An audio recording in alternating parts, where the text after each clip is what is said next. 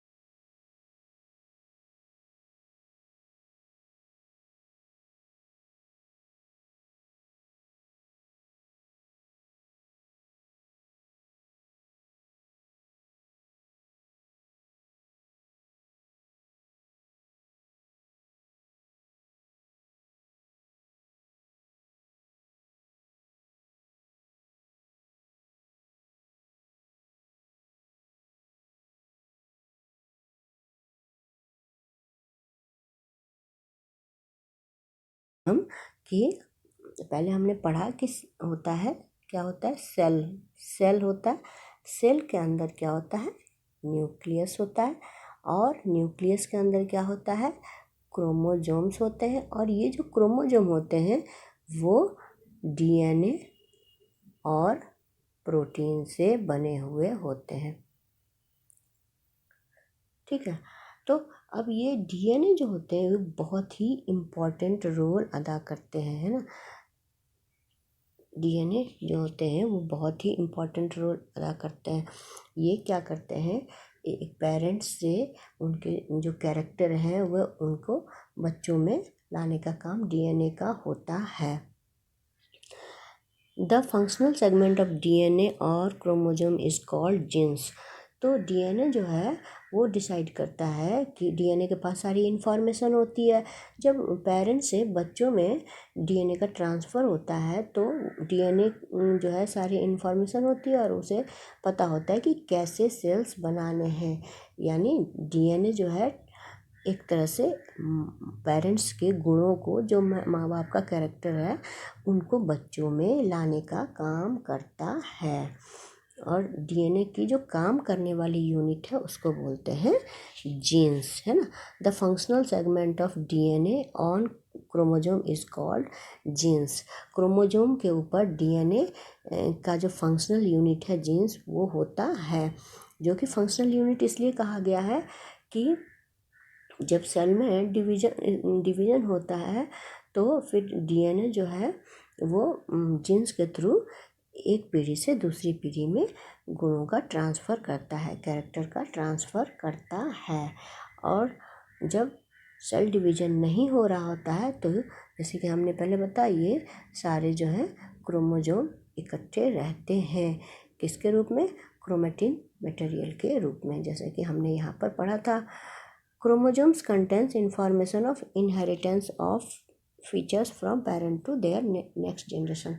तो क्रोमेटिन, जैसे कि पहले बताया कि क्रोमोजोम जो है वो सारी इन्फॉर्मेशन रखता है, किसका, पेरेंट्स के फीचर का, उनका पेरेंट्स के क्या लक्षण है, क्या गुण है, और ये नेक्स्ट जनरेशन को यानी बच्चों में ये इसको ट्रांसफ़र करता है। अब है क्वेश्चन आंसर, देखते हैं हम। यानी इस तरह से हमने ये देखा ना कि डीएनए जो है इसका बहुत बड़ा रोल है ना। जब डीएनए ही सारी बात डिसाइड करता है कि आगे सेल कैसे डिवाइड होगा, कैसे क्या एक्टिविटी होगी सेल की, तो सब कुछ डीएनए का काम है। DNA is very important. और डीएनए का जो फंक्शनल यूनिट जीन्स है वही पेरेंट से नेक्स्ट जनरेशन में जो पेरेंट के अपने इनहेरिटेंट फीचर हैं उनको भेजता है, यानी पेरेंट्स के गुण बच्चों में आ जाते हैं डीएनए के थ्रू। और डीएनए की फंक्शनल यूनिट जो है वो है जीन्स, यानी फंक्शन करने का काम कौन करता है, जीन्स करता है। क्वेश्चन आंसर है, what is the difference between prokaryotic and eukaryotic nucleus. तो प्रोकैरियोटिक और यू यहीं पे लिखा हुआ था, देखिए यहाँ पर। In prokaryotic cell, the nucleus is in the form of nuclear region without membrane, which is also called nuclei। जो प्रोकैरियोटिक होते हैं यानी पुराने ढंग के जो सेल होते हैं उनमें न्यूक्लियर रीजन के रूप में न्यूक्लियस होता है, बिल्कुल डिस्टिंक्ट नहीं होता, स्पष्ट नहीं होता, तो उसको बोलते हैं न्यूक्लियाइड, है ना। लेकिन लिखेंगे, ये लाइन तो लिख ही देंगे, इसके साथ साथ हम ये यूकैरियोट की बात भी लिख देंगे। In eukaryotic cells nuclear membrane is present in nucleus. तो यूकैरियोटिक सेल में न्यूक्लियस के चारों तरफ न्यूक्लियर मेम्ब्रेन होता है, जबकि प्रोकैरियोटिक में डिस्टिंक्ट रूप से न्यूक्लियस नहीं होता और न तो न्यूक्लियर मेम्ब्रेन होता है। इसमें 2-3 पॉइंट और लिख सकते हैं। इन prokaryotic nuclear membrane is in direct contact with cytoplasm, है ना।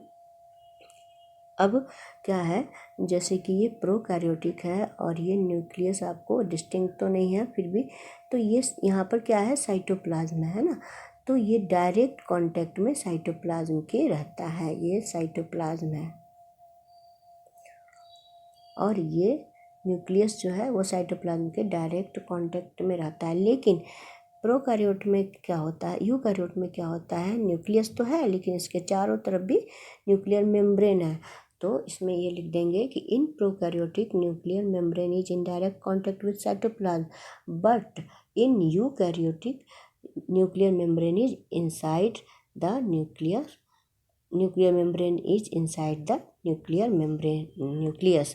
तो यहाँ पे क्या होता है, ये जो न्यूक्लियस है इसके अंदर ही सारी चीज़ें जो भी मटेरियल है वो रहता है, वो डायरेक्ट कांटेक्ट में नहीं रहता है क्योंकि इसके चारों तरफ जो है वो न्यूक्लियर मेम्ब्रेन होता है, लेकिन यहाँ पर न्यूक्लियर मेम्ब्रेन नहीं होता है।